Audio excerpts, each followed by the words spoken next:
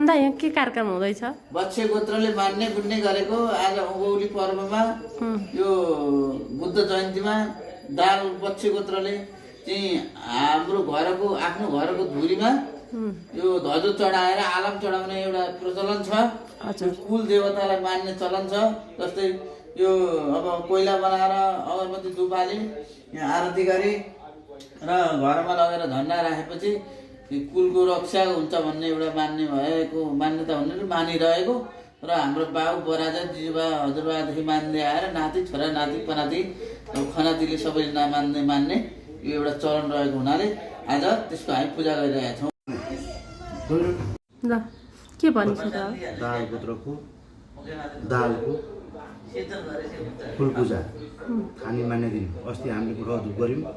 अब आज आलम गराउने थानी मान्ने दालहरूले फुल पूजा गर्ने र कुलले रक्षा गर्ने हामीलाई भनेर मान्ने।